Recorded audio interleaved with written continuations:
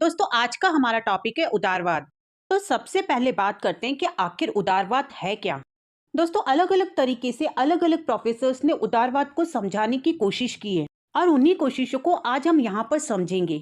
उदारवाद एक राजनीतिक और नैतिक दर्शन है जो व्यक्ति के अधिकारों को, स्वतंत्रता को, शासितों की सहमति, राजनीतिक समानता, निजी संपत्ति के अधिकार और कानून के समक्ष समानता पर आधारित है। अब उदारवादी लोग जो थे वो इन सिद्धांतों की अपनी समझ के आधार पर अलग अलग विचारों का समर्थन करते थे।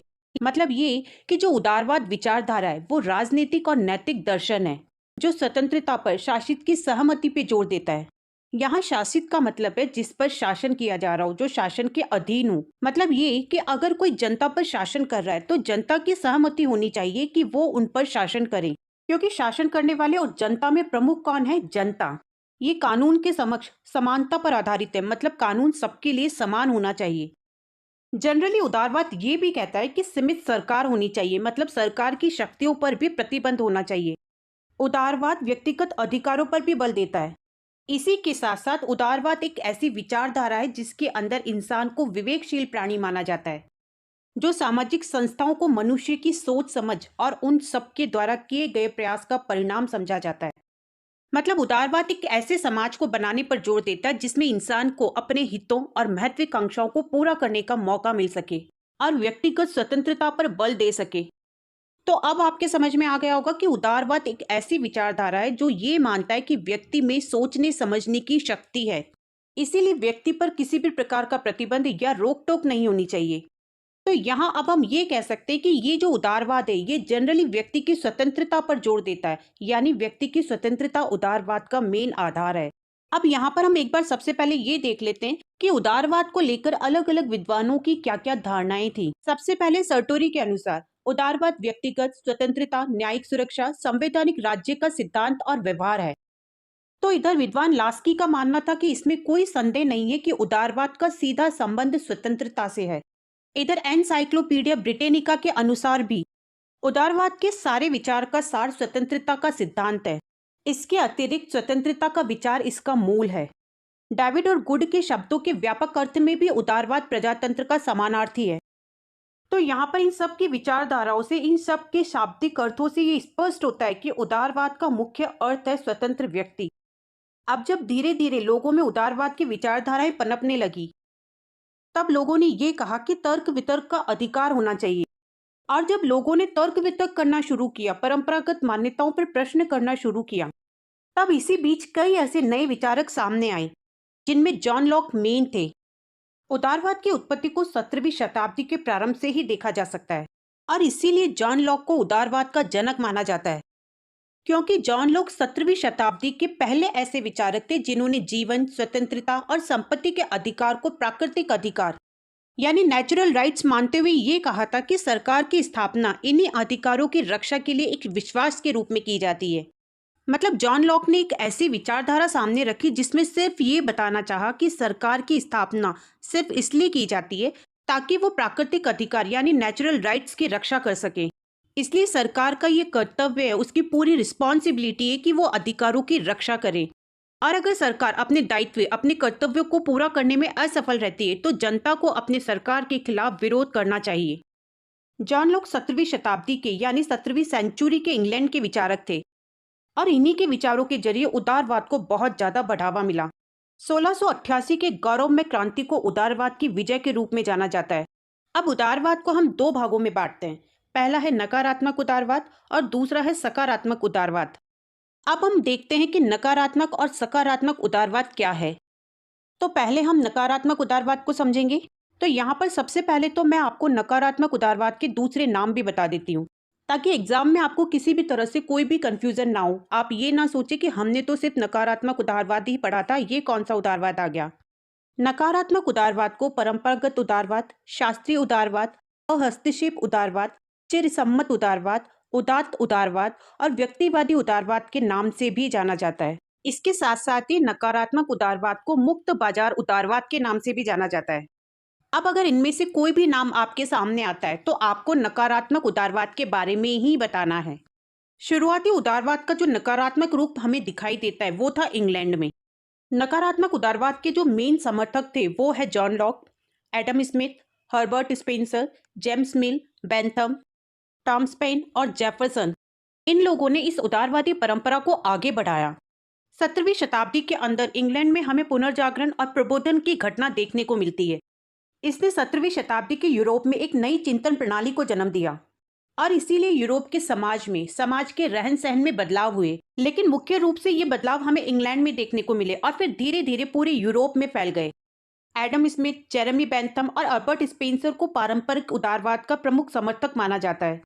रूढ़िवादी उदारवाद को नकारात्मक उदारवाद और राज्य के गैर हस्तक्षेप का सिद्धांत भी कहा जाता है। इसमें बेंथम को अंग्रेजी नैतिक दार्शनिक, न्यायविद, समाज सुधारक, राजनीतिक अर्थशास्त्री और आधुनिक उपयोगितावाद का जनक माना जाता है।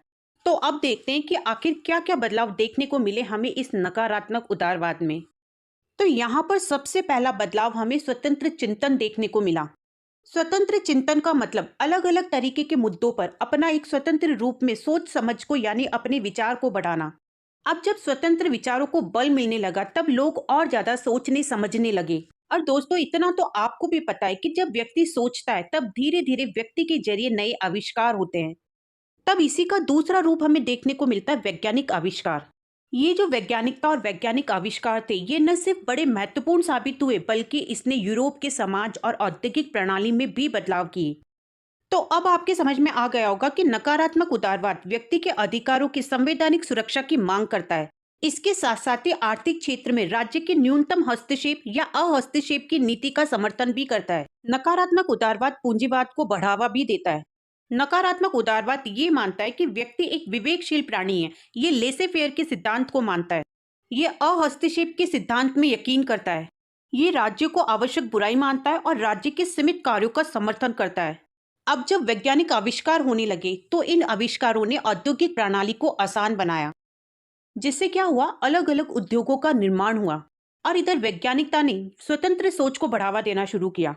क्योंकि क्या होता है कि जब भी इंसान फ्री होकर सोचता है तो धीरे धीरे इंसान की गरिमा को भी बल मिलता है। अब ये जो व्यक्ति की महिमा है, स्वतंत्र सोच है, वैज्ञानिक आविष्कार है, ये हमें उदारवाद शुरू होने से पहले देखने को मिलते हैं। अब जब व्यक्ति सोचने लगा तो सबसे पहले उसने देखा और सोचा कि ये जो चर्च है, यानी चर्च का जो अधिपत्य है, चर्च का जो अधिकार है, ये सिर्फ हमारे धार्मिक क्षेत्र तक सीमित होना चाहिए। क्योंकि चर्च के जो पॉप्स, चर्च के जो फादर हुआ करते थे, उन्होंने लोगों पर एक अच्छा खासा अधिकार जमा रखा था। इसलिए जब लोगों ने देखा कि इनका अधिकार न सिर्फ हमारे धार्मिक क्षेत्र पर बल्कि राजनीतिक, आर्थिक और दूसरे क्षेत्रों में भी इनका अधिकार है, तो ऐसा नहीं होना चाहिए। इनका अधिकार सिर्फ धार्मिक क्षेत्र तक सीमित होना चाहिए। यानी अब इंसान समझदार और बुद्धिमान होने लगा। बस फिर यहीं से स्वतंत्र विचारों को बढ़ावा मिला और फिर इन स्वतंत्र विचारों ने शहरीकरण पर बल दिया। क्योंकि जैसे जैसे शहरीकरण का विकास होता गया वैसे वैसे ही एक ऐसी सोच का विकास होता गया जो ये मानती है कि व्यक्ति की महिमा सबसे ऊपर है और इसी व्यक्ति को आज़ादी के साथ साथ आगे बढ़ने के मौके भी मिलने चाहिए। क्योंकि क्या है ना कि शहरों में आज़ादी है, गाँव में नहीं है। क्योंकि गाँव में क्या होता है कि व्यक्ति जो है ना वो रीति रिवाज, परंपराओं, समाज की मान्यताओं से घिरा हुआ होता है। और दोस्तों, ये तो हम भी मानते हैं कि गाँव में जातिवादी सोच जितनी ज़्यादा है, शहरों में इतनी देखने को नहीं मिलती। बल्कि हम ये भी कह सकते हैं कि शहरों में है ही नहीं। क्योंकि कोई भी किसी को पूछता ही नहीं है। हम कहीं भी जा सकते हैं, कहीं भी आ सकते हैं, किसी के साथ भी उठ बैठ सकते हैं। वहाँ किसी को किसी से कोई मतलब नहीं होता। अब गांव छोटा होता है, इसलिए वहाँ हर एक व्यक्ति दूसरे व्यक्ति को जानता है और इसी वजह से इतनी आज़ादी नहीं मिल पाती। इसीलिए जहाँ शहरीकरण होगा वहाँ आज़ादी होगी। तो इस तरह से इस स्वतंत्र सोच ने पुनर्जागरण और धर्म सुधार आंदोलन को आगे जाकर लोगों को तर्कशाही बनाया। मतलब जब तर्क वितर्क आया तो वैज्ञानिक क्रांति हुई और वैज्ञानिक क्रांति से नए आविष्कार हुए, जिससे औद्योगिक विकास हुए और फिर इन उद्योगों के विकास से ही शहरीकरण को बढ़ावा मिला, जिससे स्वतंत्र विचारों का उदय हुआ। और एक चीज और जो ये है कि इस औद्योगिक क्रांति ने ये भी माना कि अगर किसी देश में औद्योगिक विकास चाहिए तो हमें उस देश में पूंजी का निवेश करना पड़ेगा और इसीलिए देश में पूंजीपतियों का होना बहुत जरूरी है। पूंजीपति मतलब जिसके पास खर्च करने के लिए पूंजी, पैसा या धन हो। पूंजी ही नहीं बल्कि उसके पास ऐसा कारण भी हो जो देश में उद्योगों का विकास कर सके। इसलिए अब यहाँ पर आर्थिक रूप से भी समाज में बदलाव होने लगा। क्योंकि जो कृषिगत समाज था वो अब औद्योगिक समाज में बदलने लगा। मतलब अब पूंजीपतियों की गरिमा बढ़ने लगी, जो ये सिद्ध करता है कि यहाँ भी कहीं ना कहीं व्यक्ति की गरिमा को ही महत्व दिया गया है। अब अगर ऐसी सिचुएशन बनेगी तो हम यहाँ पर ये कह सकते हैं कि देश का विकास कोई राजा या कोई संस्था नहीं कर रही, बल्कि देश का विकास तो वो लोग कर रहे हैं जिनके हाथों में पूंजी है। क्योंकि वो पूंजी लगा रहा है, उद्योगों का विकास कर रहा है और लोगों को रोजगार दे रहा है। इसलिए यहाँ पर व्यक्ति की गरिमा को महत्व दिया गया है। और ये सब सबसे पहले कहाँ हुआ? इंग्लैंड में। और इसीलिए इंग्लैंड को उदारवाद का घर कहा जाता है। अब इसी तरह अगर हम राज्य की उपयोगिता को देखें, तो राज्य का कार्य है अधिकतम व्यक्तियों को अधिकतम सुख प्रदान करना। मतलब अगर हम उपयोगितावाद को देखें, उपयोगितावाद का जनक बेंथम को माना जाता है, क्योंकि उनका मानना था कि अधिकतम व्यक्तियों को अधिकतम सुख। बैंथम का कहना था कि अगर राज्य के कार्य व्यक्तियों को सुख देने में समर्थ नहीं है, मतलब ये कि अगर राज्य में ऐसा कोई कानून है जो व्यक्तियों के सुख में बाधा उत्पन्न करता है, तो ऐसा कानून व्यक्तियों द्वारा अमान्य होगा। तो यहाँ अब हम ये कह सकते हैं कि अधिकतम व्यक्ति का अधिकतम सुख नकारात्मक उदारवाद का ही भाग है। तो इस तरह से नकारात्मक उदारवाद 16वीं शताब्दी से लेकर 19वीं शताब्दी के पूर्वार्ध तक रहा। स्वतंत्रता उदारवाद के मूल सिद्धांतों में से एक है और इसका उपयोग स्वतंत्रता शब्द की जगह पर किया जा सकता है, क्योंकि बहुत सी तरह की स्वतंत्रताएं हैं, जैसे आर्थिक, राजनीतिक और सामाजिक। यानी कुल मिलाकर सभी उदारवादी स्वतंत्रता के समर्थक हैं। हालांकि ये जो लोग हैं, यानी उदारवादी जो लोग हैं, वो इस बात से भी असहमत है कि वो लोग इन दी गई आजादियों को किस हद तक और किस तरह से आगे बढ़ाना चाहते हैं। और शायद यही वजह थी कि जेएस मिल ने स्वतंत्रता के दो रूप पेश किए, सकारात्मक और नकारात्मक। दोस्तों, ये तो आपके फर्स्ट वीडियो में ही समझ में आ गया होगा कि उदारवाद का मतलब था स्वतंत्रता। हालांकि बर्लिन वो व्यक्ति था जो वास्तव में इस नाम के साथ सामने आया था। नकारात्मक स्वतंत्रताएं जो थी, वो बड़े पैमाने पर शास्त्रीय उदारवादियों द्वारा पसंद की जाती थी, क्योंकि अगर वास्तव में देखा जाए तो ऐसा लगता था कि शास्त्रीय उदारवादी अलग अलग तरह के सामाजिक बंधनों से आजादी चाहते थे, जैसे सरकार से आर्थिक प्रबंधन, बहुत सारे कानून और भाषण और धर्म की स्वतंत्रता पर सीमाएं। और इसीलिए शायद अहस्तक्षेप अर्थव्यवस्था एक नाइट वॉचमैन यानी एक पहरी और हर व्यक्ति के लिए संतोष चाहते थे। पहरी लॉक द्वारा इस्तेमाल किया गया एक शब्द है जिसका सीधा सा मतलब ये है कि अपने लोगों के साथ कम सरकारी हस्तक्षेप। लेकिन ठीक इसके उल्टा आधुनिक उदारवादी जो थे वो सकारात्मक स्वतंत्रता के पक्ष में थे। दोस्तों, सकारात्मक स्वतंत्रता को ज्यादातर कुछ हासिल करने की स्वतंत्रता के रूप में जाना जाता है। इसे सबसे पहले टी.एच. ग्रीन के जरिए प्रचार किया गया था, जिन्होंने क्या किया था, नकारात्मक उदारवादी दावे को खारिज कर दिया था। क्योंकि ग्रीन का मानना था कि मनुष्य को केवल अपनी स्वतंत्रता के बारे में चिंतित होना चाहिए, बजाय इसके कि उन्हें अपने पड़ोसियों की स्वतंत्रता को बढ़ावा देना चाहिए। तो सबसे पहले तो सकारात्मक उदारवाद को जानने से पहले हम सकारात्मक उदारवाद के दूसरे नामों को भी जान लेते हैं। सकारात्मक उदारवाद के दूसरे नाम इस प्रकार है: आधुनिक उदारवाद, संशोधनात्मक उदारवाद, सुधारवादी उदारवाद, सामाजिक उदारवाद, लोक कल्याणकारी उदारवाद। और सकारात्मक उदारवाद के जो मेन समर्थक थे वो थे JS. Mill, TH. Green, Hobhouse, Laski, GD. Ritchie, MacIver, Lindsay, Barker और कोल। तो एक बार शॉर्ट में ये समझ लेते हैं कि सकारात्मक उदारवाद को इन नए नामों से क्यों जाना जाने लगा। नकारात्मक उदारवाद को हम परंपरागत या फिर प्राचीन उदारवाद कहते थे। अब क्योंकि सकारात्मक नई विचारधारा थी, इसलिए इसे हम आधुनिक उदारवाद कहते हैं। संशोधन या सुधारवादी उदारवाद हम इसलिए कहते हैं क्योंकि नकारात्मक उदारवाद के सिद्धांतों में कुछ नए संशोधन यानी उसमें सुधार करके कुछ नए सिद्धांत जोड़े गए थे। सकारात्मक उदारवाद को हम समाजवादी उदारवाद भी कहते हैं, क्योंकि ये समाज के सभी लोगों को साथ लेकर चलने की बात करता है। इन सब के साथ साथ इसे लोक कल्याणकारी उदारवाद भी कहते हैं, क्योंकि सकारात्मक विचारधारा के जो सिद्धांत थे वो लोक कल्याण पर जोर देते थे। दोस्तों, 19वीं शताब्दी के पूर्वार्ध तक नकारात्मक उदारवाद अपने चरम उत्कर्ष यानी उन्नति के शिखर पर था, क्योंकि विश्व के बहुत सारे देशों ने इस विचारधारा को अपना लिया था। लेकिन फिर क्या हुआ, 19वीं शताब्दी के बीच तक आते आते इसकी जो कमियां थी वो सामने आने लगी, क्योंकि जब अहस्तक्षेप के सिद्धांत को राज्य के सीमित कार्यों को व्यवहार में लाया गया, तब क्या हुआ, इसकी वजह से आर्थिक क्षेत्र में असमानता बढ़ गई।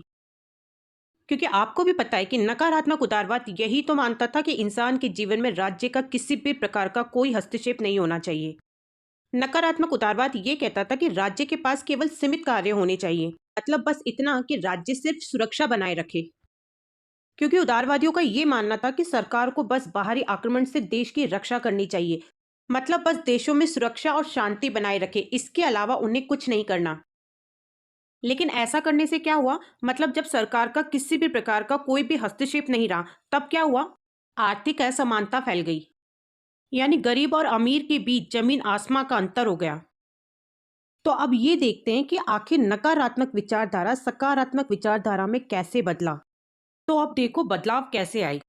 जहां नकारात्मक विचारधारा सरकार के अहस्तक्षेप और सीमित कार्य पर जोर देती थी, वहीं सकारात्मक विचारधारा ने कहा कि व्यक्ति के कल्याण के लिए अगर राज्य चाहे तो व्यक्ति के कार्य में किसी भी प्रकार का हस्तक्षेप कर सकता है और राज्य के व्यापक कार्यों का समर्थन करता है।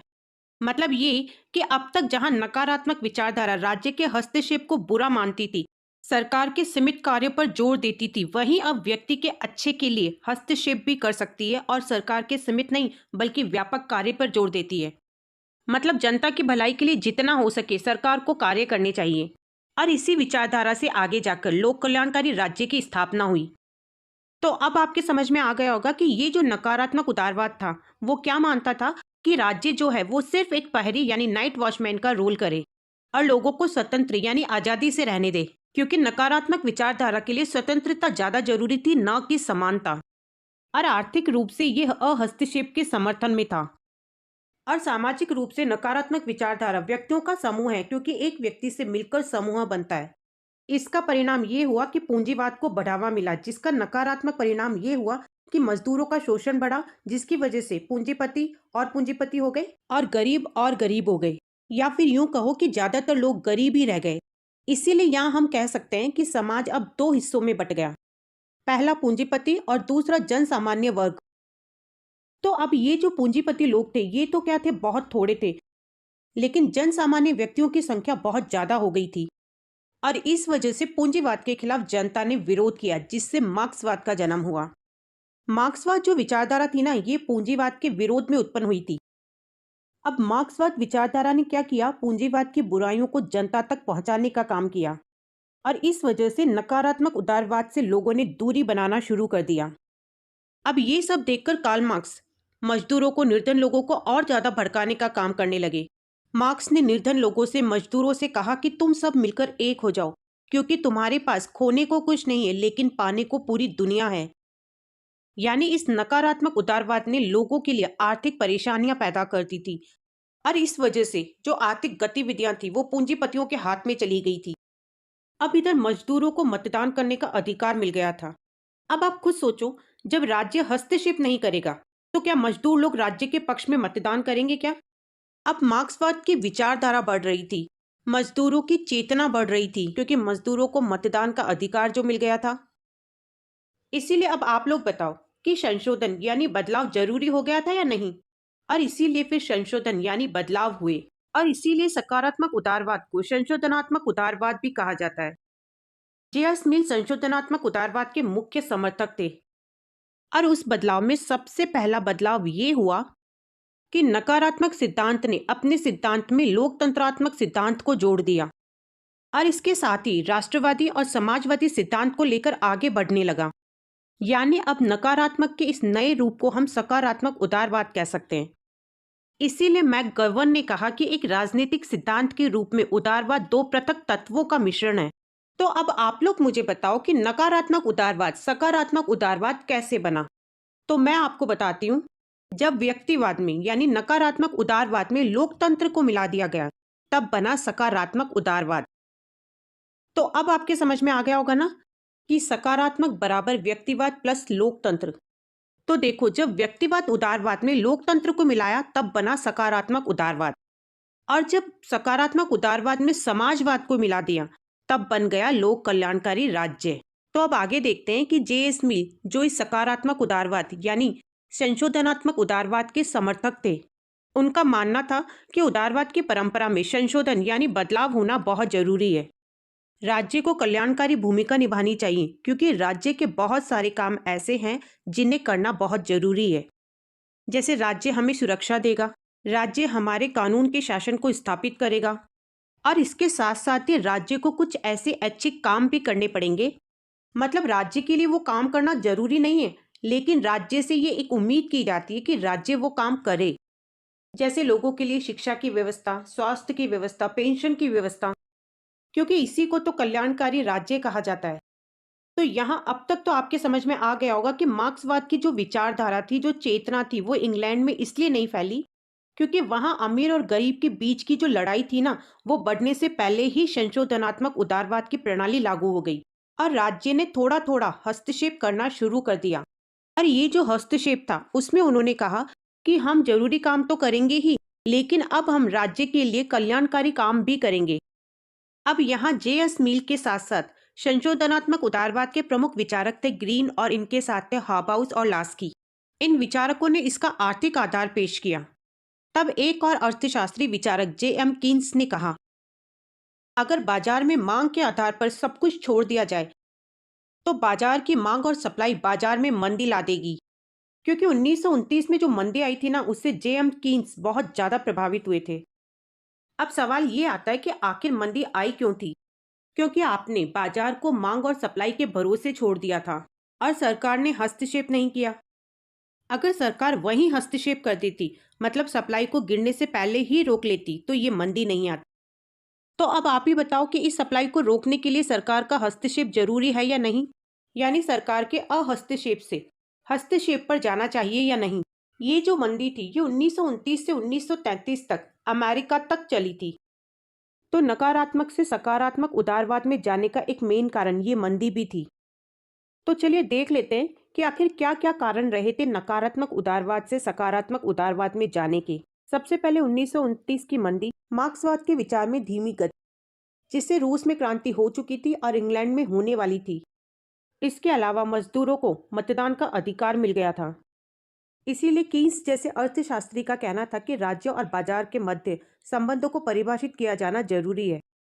इसलिए बाजार की स्थिति पर सरकार का नियंत्रण होना बहुत जरूरी है, मतलब राज्य का हस्तक्षेप होना बहुत जरूरी है। ग्रीन ने पूरे समाज को उदारवाद में शामिल किया। मतलब नकारात्मक उदारवाद ये कहता था कि समाज व्यक्तियों से मिलकर बना है, लेकिन ग्रीन ने कहा कि नहीं, उदारवाद के अंदर समाज को प्रमुख मानना पड़ेगा। जहां नकारात्मक उदारवाद कहता था कि राज्य एक आवश्यक बुराई है, वहीं ग्रीन ने कहा कि नहीं, राज्य एक आवश्यक अच्छाई है। मतलब उन्होंने राज्य के होने पर बल दिया। उन्होंने कहा कि राज्य का होना जरूरी है। सकारात्मक गतिविधियों के लिए राज्य होना चाहिए, क्योंकि राज्य ही कल्याणकारी व्यवस्था को बनाए रखता है और ऐसे काम के लिए राज्य का होना जरूरी है। कीन्स के अनुसार राज्य व्यक्ति के नैतिक जीवन में आने वाली मुसीबतों को दूर करता है। शायद इसीलिए कहा जाता है कि ग्रीन ने आदर्शवाद को सभ्य आदर्शवादी बना दिया। तो ये थी उदारवाद की परंपरा, जिसने शास्त्रीय उदारवाद यानी नकारात्मक उदारवाद को बदल दिया। जिसने परंपरावाद उदारवाद में बदलाव किए, उसे हम संशोधनात्मक यानी सकारात्मक उदारवाद कहते हैं।